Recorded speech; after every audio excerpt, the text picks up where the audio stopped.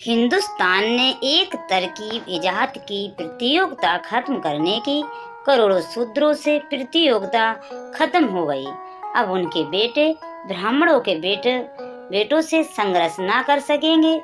ऋषि होने का अब उनके बेटे वैश्य के बेटों से धनपति होने का संघर्ष ना कर सकेंगे।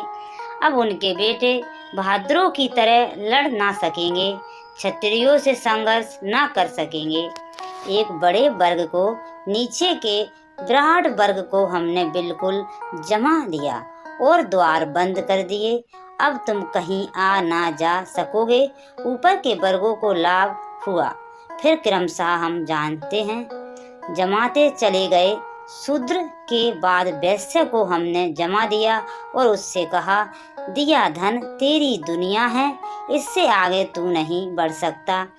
ऐस और ज्ञान तेरी दुनिया नहीं है। क्षत्रिय को कह दिया कि ऐस तेरी दुनिया है, लेकिन ज्ञान तेरी दुनिया नहीं है। और सबके ऊपर वो जो ज्ञानवान है, वो जो पंडित है, वो जो ब्राह्मण है, वो बैठ गए। यह वर्ग जमा दिए। इससे प्रतियोगिता खत्म हो गई और समाज जड़ हो गया। हिंदुस्तान को वर्ण से जितनी मृत्यु मिली, जितनी जड़ता मिली, उतनी किसी और चीज से नहीं मिली। इसका फिर परिणाम अनंत रूपों से घातक हुआ। हिंदुस्तान पर हमला हुआ। हिंदुस्तान पर हमला हुआ तो शूद्र ने कहा, हमें क्या मतलब है, शूद्र को क्या मतलब रहेगा। चाहे मुसलमान दिल्ली में बैठे कि हिंदू बैठे कि अंग्रेज बैठे, में क्या फर्क, उनको क्या फर्क पड़ने वाला है रहेगा। कहा, हमारा भाग्य तो तय है, तो कोई भी राजा हो, हमें क्या हानि, हमें क्या लाभ। हम तो अपने चलते चले जाएंगे। जो हम करते हैं करते चले जाएंगे। हिंदुस्तान की विराट जनता वर्णों के कारण हिंदुस्तान के जीवन में अरुचि से भर गई, विरागपूर्ण हो गई। हिंदुस्तान कभी गुलाम ना होता अगर हिंदुस्तान में शूद्र ना होते। हिंदुस्तान कभी गुलाम ना होता अगर हिंदुस्तान में वर्ण ना होते। हिंदुस्तान की वर्ण व्यवस्था ने हिंदुस्तान में ऐसे तबके बांट दिए कि एक आदमी को कोई जरूरत ना रही। चिंतित होने की सिर्फ थोड़े से लोगों को चिंता थी। क्षत्रियों को कि हम अपने राज्य को बचाएं, बाकी पूरे देश को कोई प्रयोजन न था। गरीब को क्या प्रयोजन, अमीरों के झगड़े से कोई प्रयोजन नहीं है। वही तो अभी भी हो गया, फिर से वही हो गया। अंग्रेज हिंदुस्तान से गए, गरीबों ने सोचा था हमें कुछ मिल जाएगा, फिर उनको पता चला कुछ नहीं मिलता। अंग्रेज पूंजीपति बदल जाता है, पूंजीपति उसकी जगह बैठ जाता है। गरीब अपनी जगह है, वह वहीं के वहीं है, उसे कोई फर्क नहीं पड़ता। अमीरों के झगड़े हैं, ऊपर के झगड़े हैं, नीचे के आदमियों को क्या मतलब है। यह हिंदुस्तान के हजारों वर्ष के शूद्रों की वर्ण व्यवस्था की टूटने ऐसी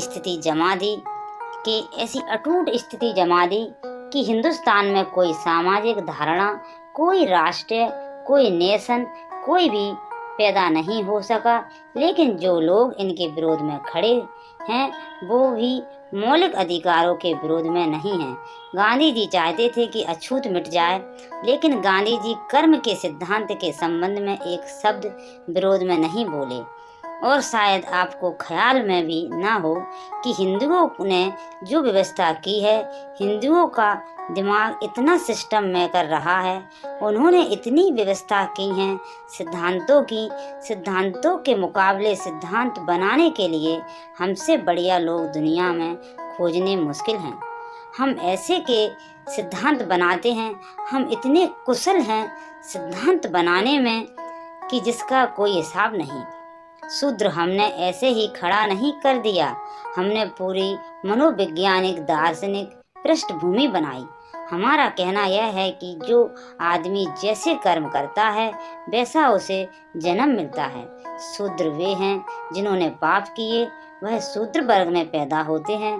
ब्राह्मण वे हैं जिन्होंने पुण्य किए और वो ब्राह्मण वर्ग में पैदा होते हैं।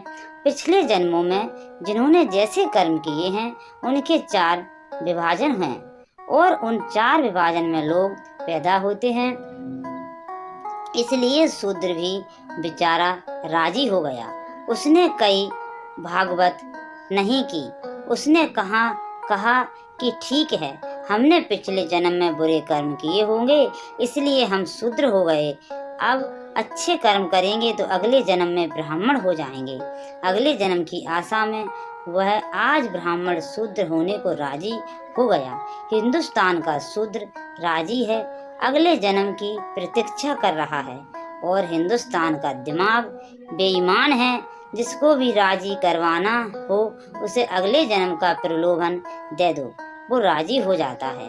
जब तक यह कर्म की विचार सारणी ना टूटे और जब तक हम इसकी पुनर्व्याख्या ना करें तब तक शूद्र को मुक्त होना बहुत मुश्किल मामला है। और बड़ा मजा तो यह है कि जिससे उसे मुक्त होना है वह उसी से बंधने की पूरी कोशिश कर रहा है। विनोबा जी या गांधी जी उसको उन्हीं मंदिरों में ले जाने के लिए प्रवेश दिलवा रहे हैं जिन मंदिरों से मुक्त होना चाहिए। बड़े मजे की बात है।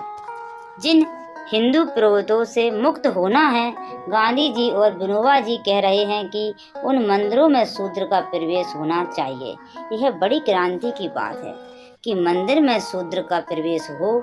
किसके मंदिर में? उसी मंदिर में जिसने उसे शूद्र बनाया, उन्हीं पर्वतों के मंदिर में जिन्होंने उसको हजारों वर्षों तक पीड़ित किया और शोषित किया। ओशो कहते हैं कि मैं तो कहूँगा एक शूद्र को किसी मंदिर में नहीं जाना चाहिए। अगर सारे ब्राह्मण पैर पड़े तो भी नहीं जाना चाहिए, क्योंकि उस मंदिर में क्यों जाना जिस मंदिर ने तुम्हें तोड़ा और नष्ट किया और बर्बाद किया और शोषण किया। लेकिन गांधी जी और उनके सब साथी कहते हैं कि मंदिर के द्वार खोलो, हम शूद्र को मंदिर में ले जाएंगे। बड़ी क्रांति हो रही।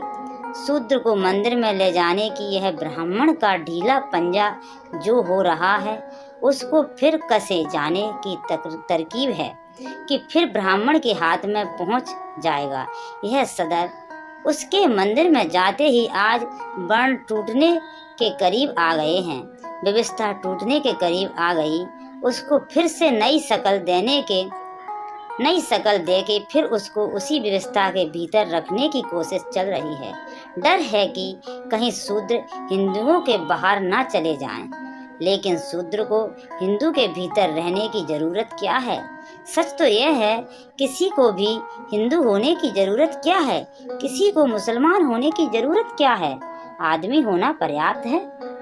ओशो कहते हैं आदमी होना पर्याप्त है, और जिसको आदमी होना पर्याप्त नहीं मालूम होता वो हिंदू या मुस्लिम होने से कुछ और विकसित नहीं हो जाएगा। आदमी होना काफ़ी है।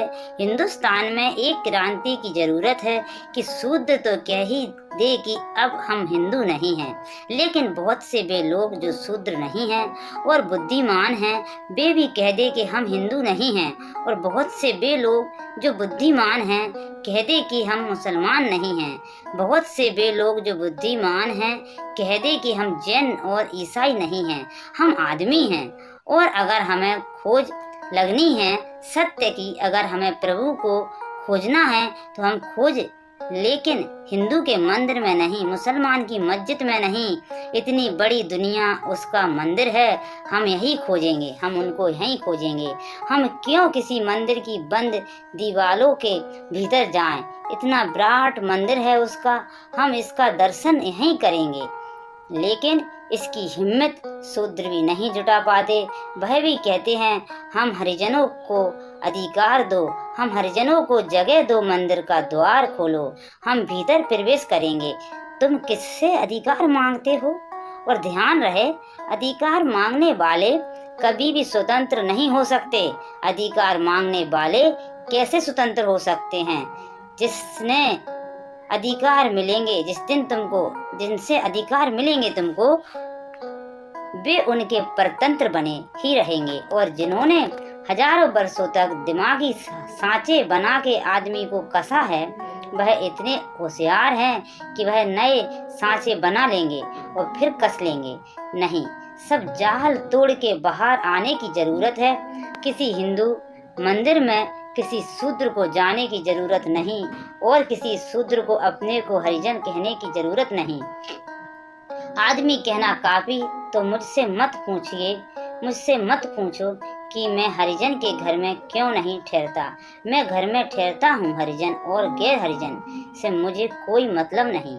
आप आ जाएं, मुझसे कहें कि चलें मेरे घर, वहाँ मैं ठहर जाऊंगा।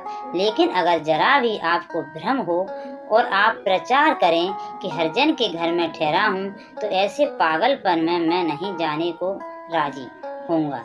यह पागल घर है, आदमी का घर होता है। मैं मेहमान बन सकता हूँ आदमी का। हरिजन और बेघर से मुझे कोई मतलब नहीं। वो कहते हैं, 1000 कारण हो सकते हैं, लेकिन एक ही कारण काफी है। वीडियो देखने के लिए थैंक यू। चैनल को सब्सक्राइब करें, लाइक करें। फिर मिलेंगे नेक्स्ट वीडियो में।